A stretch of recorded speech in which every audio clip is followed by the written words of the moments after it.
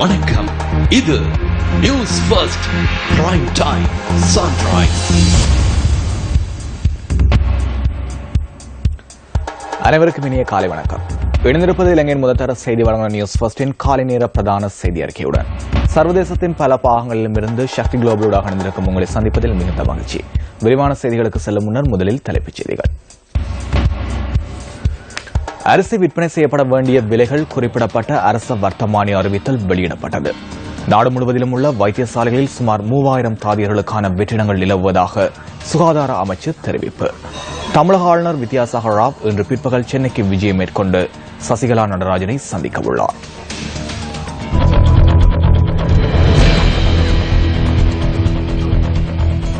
தொடர்வது விரிவான செய்திகள்.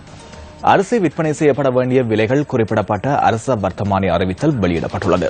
இதன் பிரகாரம் 1 கிலோகிராம் சம்பா அரிசி 80 ரூபாவிற்கும், நாட்டரிசி 72 ரூபாவிற்கும், பச்சை அரிசி 70 ரூபாவிற்கும் விற்பனை செய்யப்பட வேண்டும்.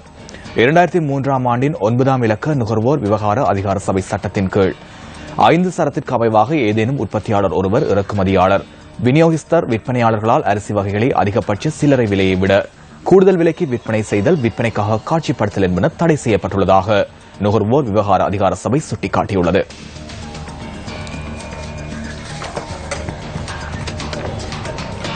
நாடு முழுவதிலும் உள்ள வைத்தியசாலைகளில் சுமார் 3000 தாதியர்களுக்கான வெற்றிடங்கள் நிலவுவதாக சுகாதார அமைச்சர் சுட்டிக்காட்டியுள்ளது. சில வைத்தியசாலைகள் ஆதார வைத்தியசாலைகளாக தரம் உயர்த்தப்பட்டதன் காரணமாக தாதியர்களுக்கு பற்றாக்குறை ஏற்பட்டுள்ளதாக பதில் சுகாதார சேவைகள் பணிப்பாளர் டாக்டர் ஜெயசுந்தர பண்டார குறிப்பிட்டார்.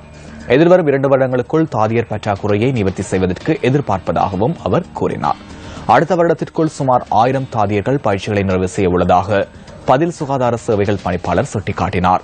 இது தவிர 2018ஆம் ஆண்டிலும் 1000 தாதியர்கள் பயிற்சிகளை நிறைவு செய்ய உள்ளதுடன் அவர்களையும் வைத்தியசாலைகளில் சேவைக்கு அமர்த்துவதற்கு நடவடிக்கை மேற்கொள்ளப்படும் எனவும் அவர் மேலும் சுட்டிக்காட்டியுள்ளார்.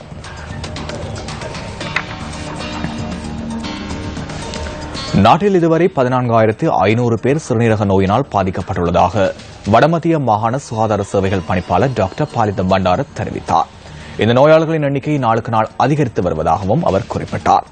குறிப்பாக வடமத்திய மாகாணத்தின் பொலனறுவை மாவட்டத்தில் 5,500 சிறுநீரக நோயாளர்கள் பதிவாகியுள்ளதாக டாக்டர் பாலித பண்டார தெரிவித்தார். இது தவிர அனுராதபுரம் மாவட்டத்தில் சுமார் 2,500 நோயாளர்கள் அடையாளம் காணப்பட்டுள்ளதாகவும் அவர் மேலும் குறிப்பிட்டார். இதற்கமைய வடமத்திய மாகாணத்தில் 14,500 பேர் சிறுநீரக நோயினால் பாதிக்கப்பட்டுள்ளமை சுட்டிக்காட்டத்தக்கது.